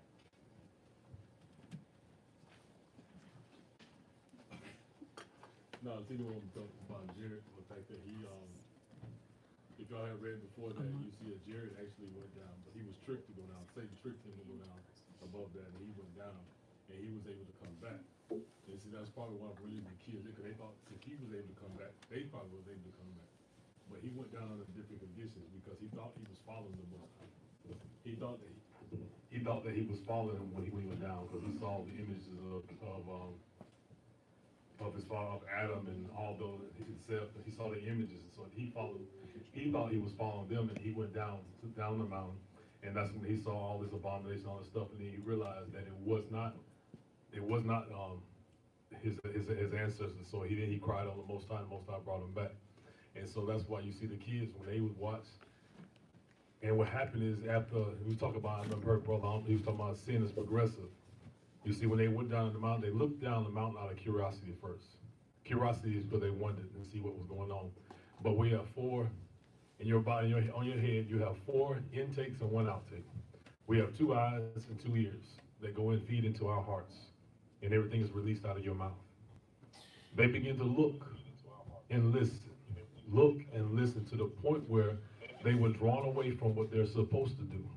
They were supposed to be fasting, and supposed to be praying, and supposed to be doing all these other things. But it said from morning to evening, they sat over there watching. The thing about it is, you have to be careful in life. The commercials you see on TV, the sort of shows that you watch, it's the same thing. It's a little up at first.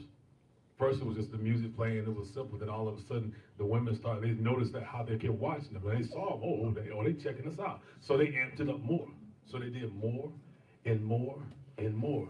Just as Sister Baggy, as she said, how we look at sex. No one just starts out and jumps in the bed and do something like that. It starts off with something you were watching. Maybe it was commercial on TV that became interesting. You see people kissing, doing this and that. It seemed interesting, something simple. Then you begin a curiosity. You start looking at stuff on the TV, because it could be YouTube, something simple on the YouTube that you shouldn't be looking at. Then that progresses into porn. You get with the pornography. After pornography, now you want a girlfriend or boyfriend. Your girlfriend or boyfriend, now you started kissing and touching. Then it went from kissing and touching, then you progress to the next, like no one sets out to be in there. But the problem is, every level, like them, they just look to be curious. One's curiosity, and truthfully, is never satisfied. Whatever you see and you're curious about, you step here to this level. And now that I'm here and I know what this is like, now I want to know, well, what is that like? Nothing happened to me here. So now I want to see what's there. So let me step and just try. I ain't going way down there. I'm just going to start right here. It's a little by little. Little level. Anybody seen Madagascar? Remember Alex the lion when he was a baby? How did they get him off? How did they get him out of the reservation? He was where he was. He was not doing what he was supposed to. He was supposed to be paying attention to his father, but he's over there playing with the butterfly, just dancing around, and all of a sudden he sees this rope. That looks like fun. So I'm playing with this rope, knowing I'm supposed to be over there with my father, but I've been distracted, and my curiosity has led me to playing and playing and playing. And when he looked up, he was so off the reservation, nowhere near his father, and then the enemy came and they took him. Because he was not where he was supposed to be, he allowed his curiosity to draw him into a place that he should never have been, because he was not paying attention. And his curiosity led him away. It's the same thing. So he's going to lead you away with something simple. And it just gets more and more progressive. The more things you accept, the more he's going to put in front of you to lure you further and further and further away. Hey, buddy. Good job. That's all. Just to add to that, what you hear and see is the one of the gates, but then also the company that you're keeping. You have to be careful of who you surround yourself with, and be willing enough, strong enough, or I would say even value your soul, yourself, your salvation more than trying to hang with people that deem you to be cool. Oh, we like hanging with you. You're so this and you're so that. But be willing to stand alone, even if it means cutting off people that you used to associating with, because many times the influences that you have will come from the people that you associate with. They're doing things in your company, and you're with them and around them all the time, so you're seeing and hearing everything that they're doing that you know is wrong. How many of you have gotten that little signal in your gut when certain conversations come up in your little circles, and you're like, oh, this isn't right, but you ignored it. How many of you, show hands, how many of you have been in situations like that? How many of you were bold and strong enough to walk away? Sometimes, so why sometimes? And not all the time, and not to return? Answer, somebody. Why do you think you're more prone to stay in that circle knowing that they ain't right? Say it again, Terry. You're curious, right? What is the saying, the cliche? What is about curiosity? Killed the cat. Just like the curiosity, the sister Bianca was showing about them wanting to be curious about going where? Going where? Going to the foot of the mountain, right? They wanted to know what their eyes couldn't see. They wanted to see for themselves and get entangled in it. Okay, so what seemed innocent because, oh, you see your circle doing good things sometimes, but like Brother JT said, a little leaven what? Does what? Leavens a whole lot, because that little bit of sin, the things that they're caught up in doing, a lot of times you see in your generation what kind of things that's sin. What kind of things are you seeing or hearing in your circles? It's sexual. What else?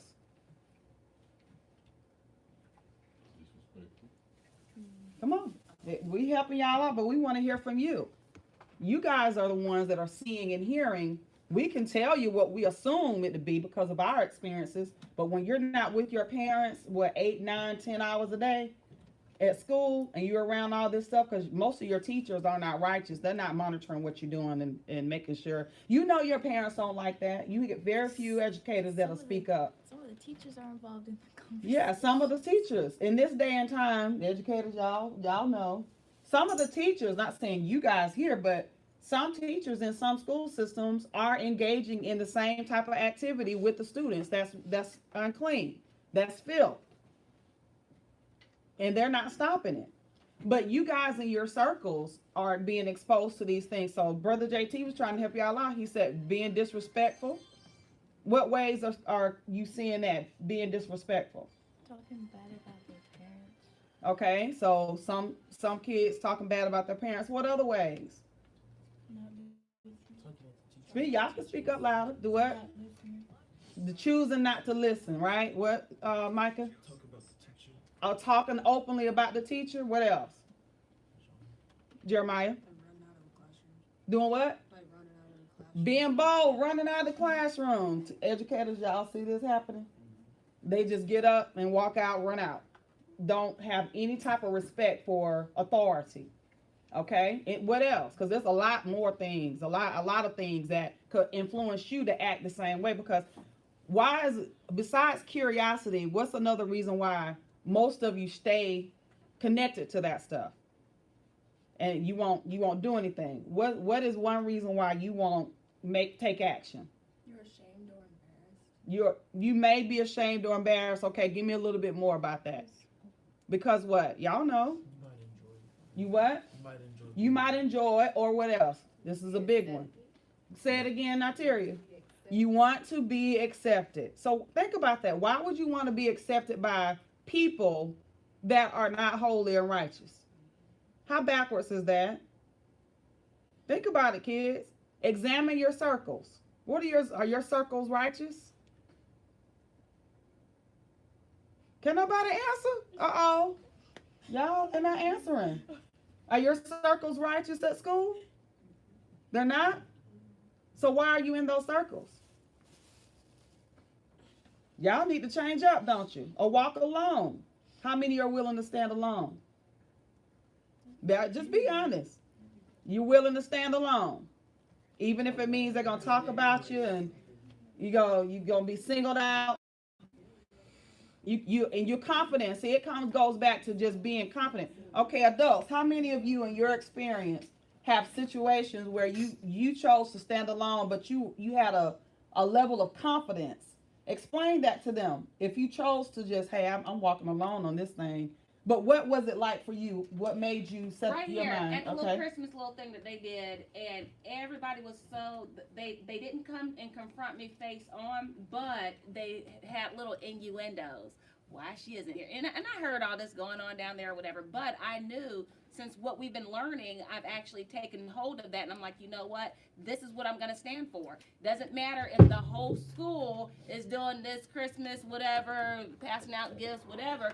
I'm not gonna be a part because I know what I'm learning, and I just gotta stand on what is right. And so sometimes you do have to be the only person in the whole school that is standing up for something that you truly believe in. I always tell my kids, stand up for what you believe in. I don't care if nobody else believes. If you believe in it, you stand, and your mama's gonna stand right behind you. Okay, but stand for what you believe in. Stand if you're gonna study it, if you're gonna live it out. Live it out loud.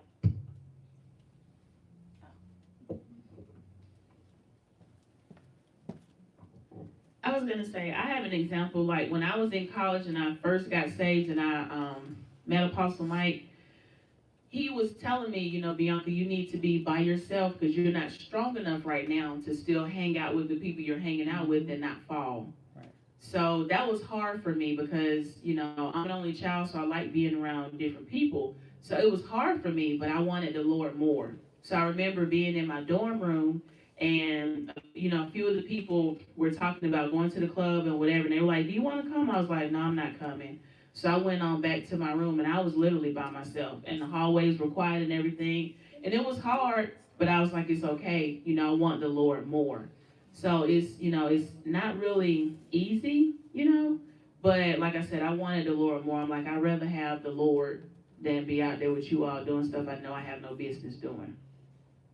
Mm-hmm. And that's good. She said something real key. A lot of us won't own up to the fact that I'm just not strong enough. I'll be first one fall victim. You know, that's the mindset of most people, but they won't admit that, or they don't even see it themselves. It may take someone like Apostle Mike spoken to her to help her see it, where she might be like, hey, you know, my friends, everybody else doing it, you know, and I'm gonna hang with them. I'm gonna be okay because I'm with my friends or my roommate. But you falling over the cliff with everybody else because you going with the masses. So it takes someone to speak into you to say, hey, you know, that's not for you.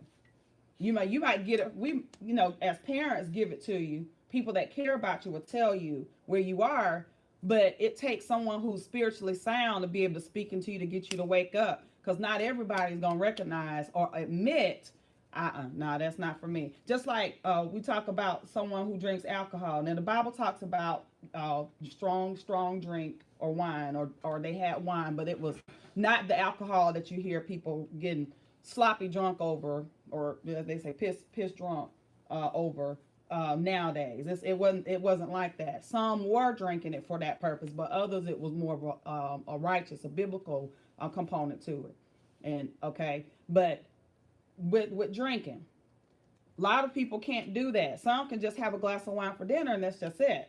But some they drink and then it causes them to go into sin because they're doing it out of the lust of the flesh, and then it affects them, just like she was talking about the smoking the weed and doing all these other things. It becomes a sinful habit because of the purpose of why they're doing it.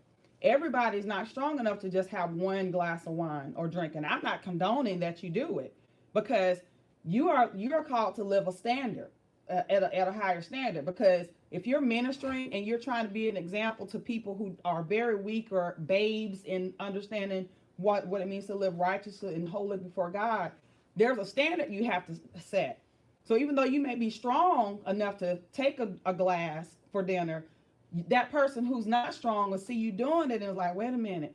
And they may be the very one that's very weak, that are not strong enough to say, hey, I can just have one glass, and they end up falling victim to alcoholism, and it becomes a habit, which is a disease. It's an addiction.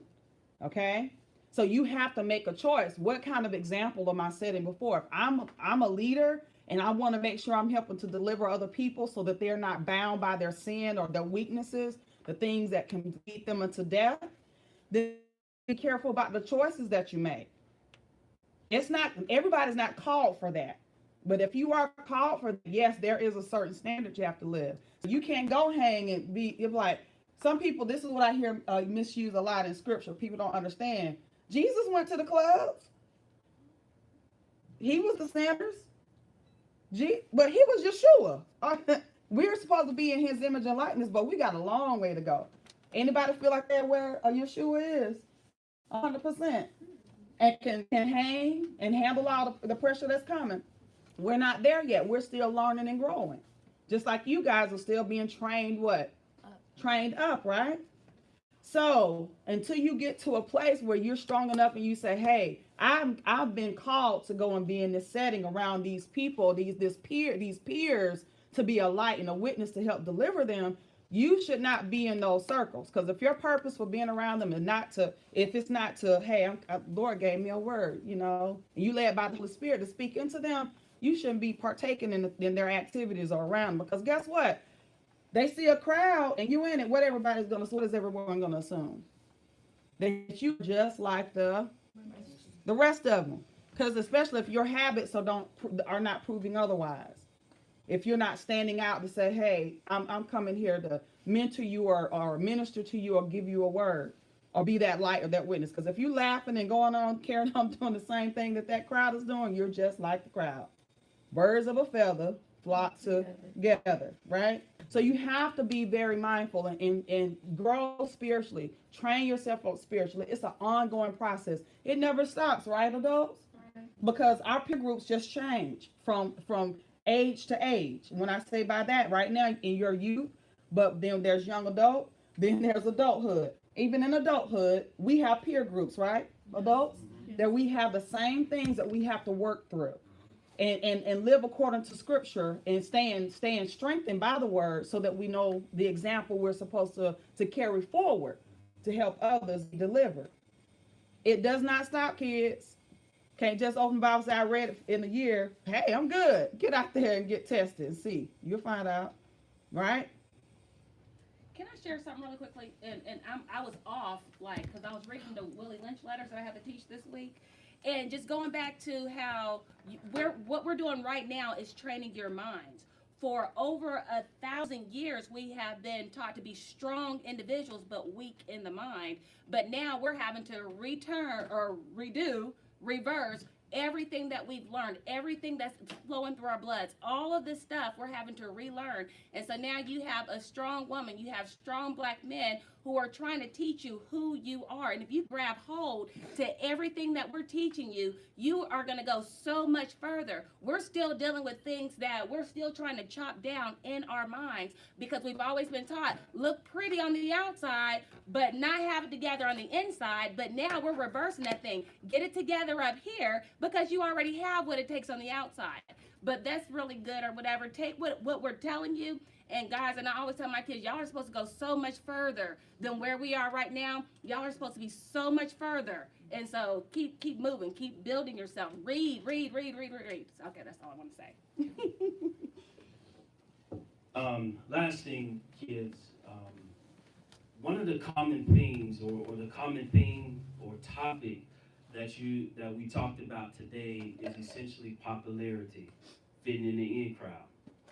Now, by a show of hands, how many want to be or have been tempted to be in the in crowd? Just be honest, and I'll be the first to raise my hand because I know as a youth I definitely wanted to be in the in crowd. But one thing, ladies and gentlemen, you got to understand about the in crowd, a lot of times what happens, it takes you straight to hell at the end of the day. Because you get the popularity, you get the likes, you're doing what everybody else is doing, but just like what happened with the fall when the godly people chose to go down that mountain, what happened? They couldn't come back. And those godly people that were on that mountain are just like you are, just like us. Just like you guys are getting this teaching and training, they had the same types of teachers and trainings from their parents, from their mothers, from their fathers, from their spiritual leaders. But what happened? They failed. And you guys, you just kind of look at each other. Just take a look and look at each other. And just imagine the person next to you falling because they chose not to obey. Pretty much everybody that was on that mountain chose to go down, with 3 left. Do y'all understand the impact of what it means to follow and just try to be like everybody else? Do y'all really understand what we're telling you? And the thing about it is, a lot of times, especially as youth, we say, well, it won't happen to me. That's not gonna happen to me. I'm gonna make sure that somehow, some way I stop before something like that happens to me. But at the end of the day, when you sit back and think about it, those same people that fell and doing all those the godly life, just like you all. At one point, they were fasting, they were praying, they were reading, they were communicating with the Most High. But slowly but surely and gradually, they fell, just like so many today. And again, like I said, one thing it's so easy to do is to say, well, it won't happen to me. Well, I see it happening to them. I see it happen to them. They're doing this and they're doing that, but not me. We fail to realize, well, what are you doing? What am I doing? Because it's so easy to look outside and judge how this person is falling and this person not doing right. But we fail to look right here. What am I doing? Am I living righteously before the Most High? And if you answer that question and the answer is no, then you're headed in the same direction. Simple as that. And ladies and gentlemen, what we're doing as your parents and as your leaders is trying to encourage you not to do that. And one thing you gotta realize is you won't be popular to the world. When you live righteously, the world's not going to look at you as popular or within their group. You're not supposed to be. And that's a good thing. Because you think about the cost to live a sinful life. Think about how much it costs. It costs you everything. It costs you your eternity in the lake of fire. Now, if you're willing to pay that price, then, go ahead and do that. But if you're not willing to pay that price, ladies and gentlemen, it's not worth it. So when you look at the true cost for living the way you want to live and following the crowd and being sinful, if you're willing to pay that price, which is your life in eternity in the lake of fire, then that's the price you're going to have to pay.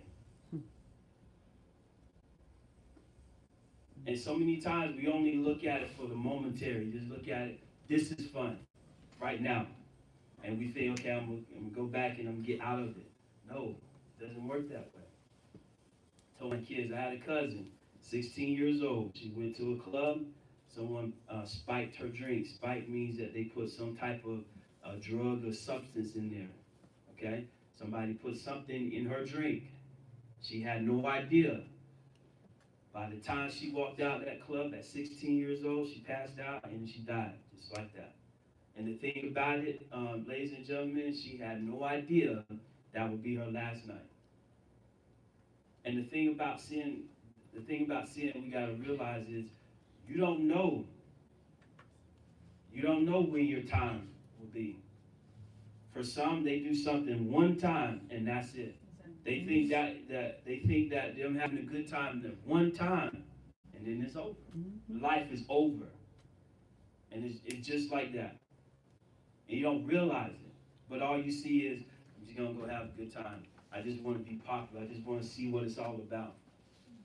But ladies and gentlemen, we're telling you what it's all about. Living righteously is so worth it. It's so worth it. And I'm going to tell you, when I did give my life to the Lord, one thing that he told me is Matthew chapter 6 and verse 33. And this is how it happened. I knew that it was a scripture in the Bible. I knew it was somewhere. I didn't know where, but from going to church time and time again, I heard of the scripture. It's Matthew chapter 6:33. It says this: but seek first the kingdom of God, the Most High, and his righteousness, and all these things shall be added unto you. That's what he gave me. And so, I flipped through my Bible and I found it. But it works this way. As you choose to live godly, as you choose to obey the Most High, all that boyfriend and girlfriend stuff, that take care of itself. He won't just give you a boyfriend or girlfriend, he'll give you a spouse, a husband, a wife. And notice, he'll do it for you. You don't have to sit here and do it the world's way. Try this person out, try that person out. You have to do that. I'm a living witness. It don't take all that. All it takes is following what the Most High tell you. And if you guys looking for success, you guys looking for the good jobs and, looking to be happy, it's found following the Most High. That's where it's found. Your true peace is found following the Most High. It's not trying to be like everybody else. That's the thing that, ladies and gentlemen, we as your parents and your teachers want you to understand. You do not have to follow and be like other people. And again, all those people that failed, they were just like us, just like you. They were on the mountain. Being on the mountain, that represents serving the Lord. They were. They knew. They were serving the Lord just like us. But they failed. And ladies and gentlemen, if things have your attention, whether it's having sex, whether it's doing drugs, whether it's homosexuality, if things are having your attention, such as dating, if things are having your attention, I'm going to tell you, confess it. Talk to your parents. Talk to one of us.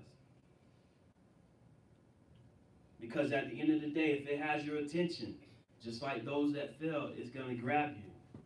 And once it gets you, the thing about it, it's so gradual, you don't realize it until it's too late.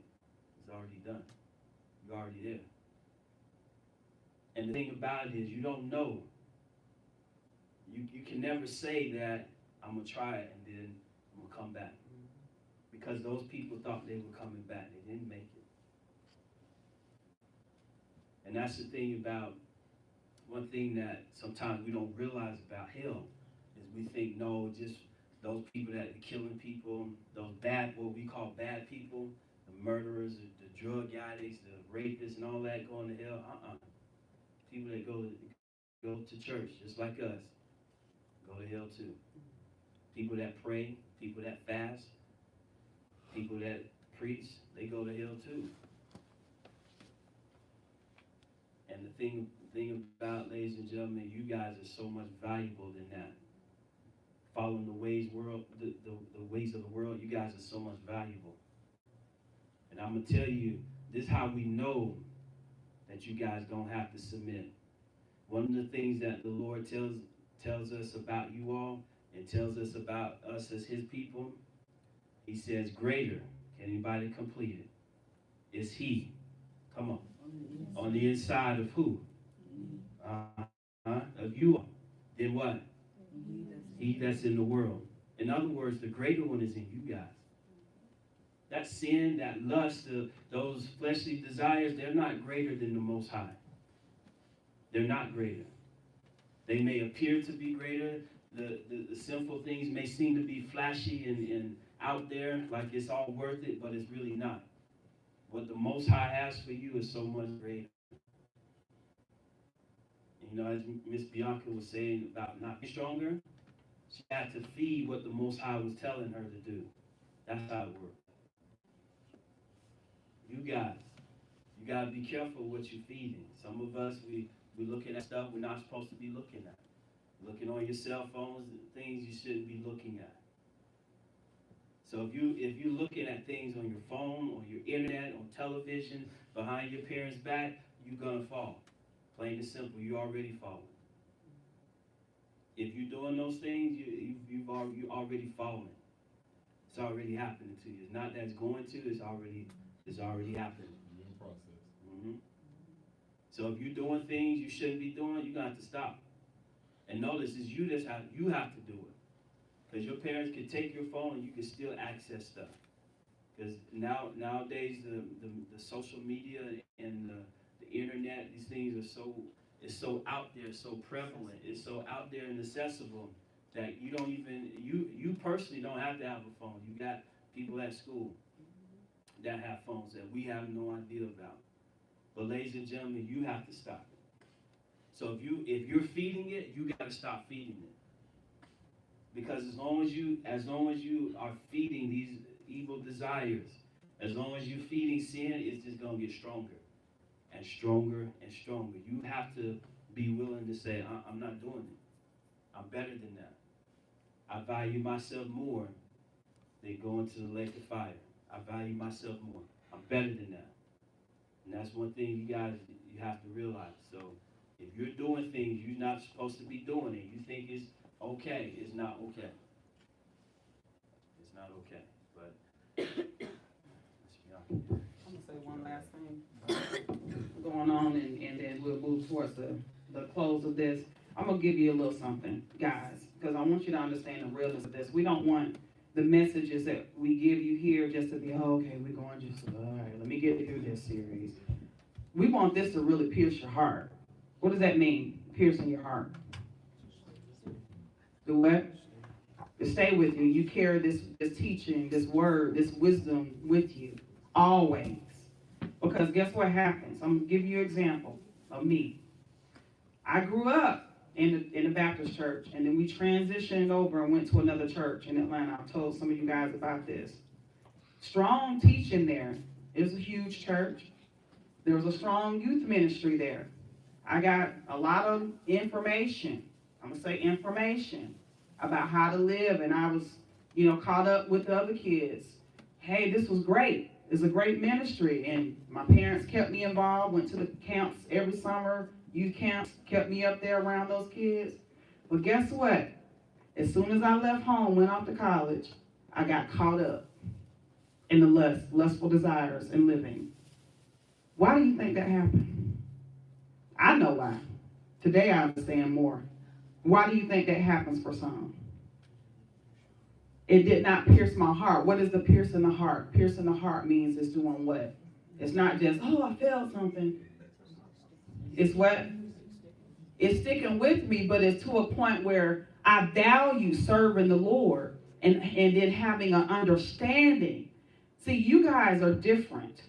You are at a point where you're getting so much food, so much meat to how to live. I did not get that part like what you're getting right now. The sensationalism was there because we had the band. It was called Alpha. Everybody was praising. We even had some of the kids rapping on stage, but it was all supposed to, Christian rap. And we were like, oh, we're all together. But many of us, me including several of the kids that I was involved with the youth ministry with, we strayed once we left and went away, left our parents. I talked to some of them now. We, getting back on track, and some still lost. But it did not stay. You guys are getting something that's so powerful in the teaching to help you to be stronger to get out there that I did not get because the reinforcement was not always there. Because when I left and went off to college and it was living what I thought my life, everything that came through. I wasn't doing drugs, but I drank. But I knew my limit. And I was still in my mind thinking, well, hey, as long as I'm not getting drunk like them, I'm okay. I'm drinking, it's okay. But I allowed myself to get sloppy drunk, and like I saw a lot of them laid out, passed out, pooping and peeing on themselves. A lot of that. I didn't allow that to happen. So in my mind, I was like, I'm in control. I'm in control. But I was still doing the things that I shouldn't have been doing. And then I asked this question. I said, okay, if it was that strong for me, the teaching that I was getting, why did I stray so easily and start getting into those things? And then I always heard a voice in the back of my head, this ain't right. But guess what was stronger? What was stronger? What I wanted to do. My will was stronger because of the curiosity to go down the mountain, to go down to the bottom, to the foot of the mountain. The curiosity was there. But see, we're not sugarcoating stuff with you. That's the difference. We're telling you exactly how it will be if you enter into these things. We're not just saying, don't do that, that's bad for you. Continue to live for the Lord. No, we're telling you now, guess what? You go down there, you might be the very one that take one drink and become an alcoholic. You may be the one that get pregnant and having sex one time, first time. You may be the first one. You may be the one that contract a STD, a sexually transmitted disease. And we tell you what kind of diseases are out there. We're not just saying, oh, you might get a venereal disease. Back in old school, it said VD. No, we're not just telling you that. We're telling you and showing you what it looks like, what it sounds like. Depart from those things. Why would you want to put yourself in that? So your guys are getting it raw and organic, because when you get out there, it's going to be what? Raw and organic. Because the enemy want to captivate you and get you pulled in and suck the life out of you, right? So we don't want you to have that. I don't want, and I'm sure your parents don't want you to get caught up. Relationships. I know it's girls, you might feel like, oh, why is this always on the girls' side? Boys too. Yeah, the boys get caught up too. It's not always what happens to the girl, but with the young ladies, you end up being the one that have to carry a lot of the stuff from doing the stuff. Because you find out you're pregnant and he gone somewhere, right? And you got the responsibility if it's not, fixed. We don't want that to happen for you, all right? And even the young boys, the girls coming after y'all strong, we know. It's not always the boys doing stuff to the girls. Girls are coming after the guys like we talk about and very bold with it. Flashing themselves. We don't want you to get caught up in that. That's why we say if there are things happening with you right now in your peer circles, depart from it. Cut it off. Cut it off. I mean, you really have to do some self-evaluations right now to determine within yourself that I don't want to live like that. I don't want to be stuck at the foot of the mountain, never able to come back to return. How many of you are ready and prepared to make a declaration today for yourself that whatever it is that you tangled in or been doing secretly, the iniquity, the inward sin, the secret sin, how many of you are ready today to say, hey, you know what? I don't want to be like those lost, condemned into eternity. I want to cut it off. I want to truly turn and live righteously before the Lord. If there are some of you that are struggling with some areas and you need help, you guys, there's no reason why you cannot go to someone in here and get the help that you need to help you get through it. Because I'm sure there is somebody in here that has had an experience that can tell you why you need to cut it off. Can speak into your heart, just like Apostle spoke into her and told her, no, you don't need to do that. That's not for you. You're too weak. You're not strong enough, mature enough. And she began to say, she turned. That's why we are here, to help you guys. So whatever it is that you're struggling with, you guys got to come clean. Can't keep coming through this door, listening, hearing this, and it just be like what I got. I was hearing, getting information, and it all felt great. But when the true test came, when I left and I went away, got away from my parents, and got loose. First guy that came along in college, that was it. And then it began to spiral. And there's another. Yeah. It can happen just that fast because those lustful desires have now been initiated. And I don't want you guys to go through that, male or female, boys or girls in here. Keep yourself pure, your mind, your heart, especially your body, this temple. You say you believe in the Lord and you receive him, your body is not yours anymore. You belong to who? So if you're truly confessing that and professing that before the Lord, that that's who you are, you belong to him, guess what? This is not your body anymore. This is a temple to house who? The Holy Spirit. And you have to be very careful what you allow in through your eye gate, your ear gate, even what you consume, you digest, your mouth. Because what comes in and goes out. You eat up and then you can speak and start sounding like all the filth also. So you guys have to make a declaration. Okay. Also, to look at things from a slightly different perspective. You know, a lot of times, I hear y'all preaching again. About, if you look at your life, we lived an average of about 80 years old. Those popular kids, the ones that seem to be good, I know I can go back to my high school and I remember the guys who were all popular and did whatever. You know how long their popularity lasts? About 7% of their life. Just through middle school through high school, and that's it. What happens? I know a lot of guys, they had anywhere from 3 to 5 babies. And for anywhere from 3 to 5 baby mamas. those ones who were very unpopular, called nerds, looked at and studied, who you think are the CEOs, or head of the companies, making all this money, doing things now. The last 75% of their life is spent living well. So do you rather focus on the little 7%? It's just something to put in your mind for you to think about when you're faced with these choices. And I want you to just think like, man, do I want to enjoy 7% of my life? Or do I want that 75 to be the best? What percentage sounds better? From 20 to 80, living good, having fun, doing things the right way? Or just for that 5 to 7 years, being popular? And then you got these ladies who ain't had kids, they didn't drop out of school because they can't find nobody to do different things. It makes it really hard. It is hard when they have kids now to try to balance and do all these things.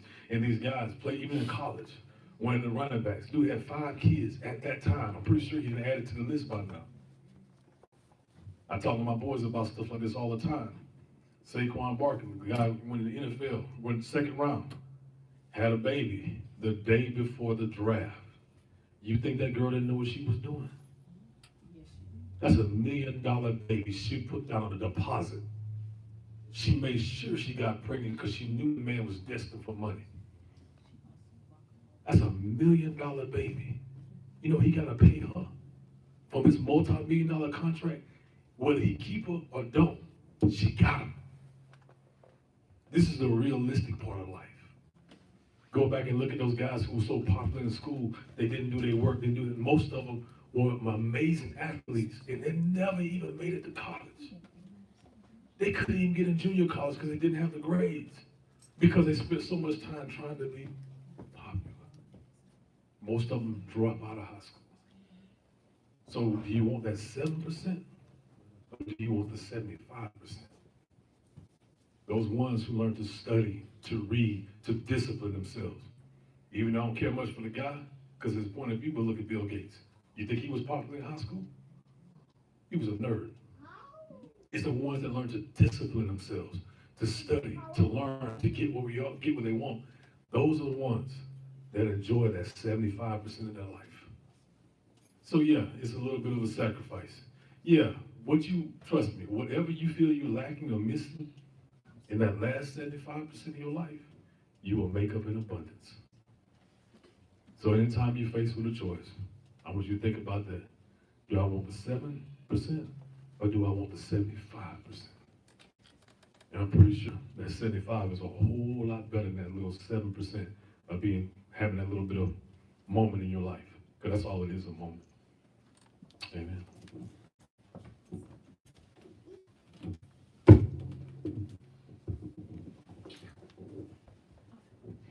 All right, children, so we've given you all some things to think about.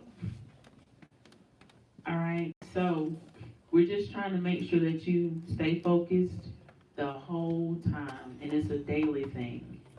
Y'all understand? It's a daily thing, so don't be like, yeah, I'm good for now, but what about tomorrow? What about the day after that and the day after that? So remember this your whole entire life, even into adulthood. We as adults still, people try to get us to do stuff at work or whatever, like Miss Lenora was sharing. So it doesn't stop. You need to learn it now so that you'll have it the whole time. All right? So we're going to close out. Janaya, come close this out.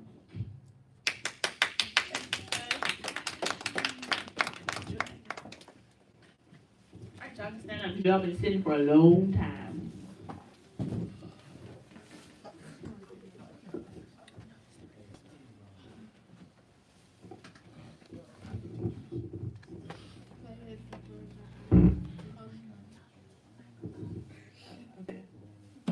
Can everybody bow their heads and close their eyes?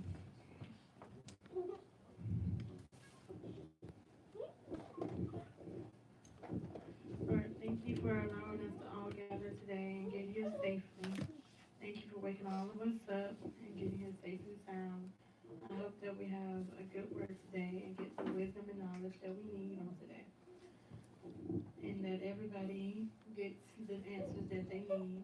Yes, I know what you're saying.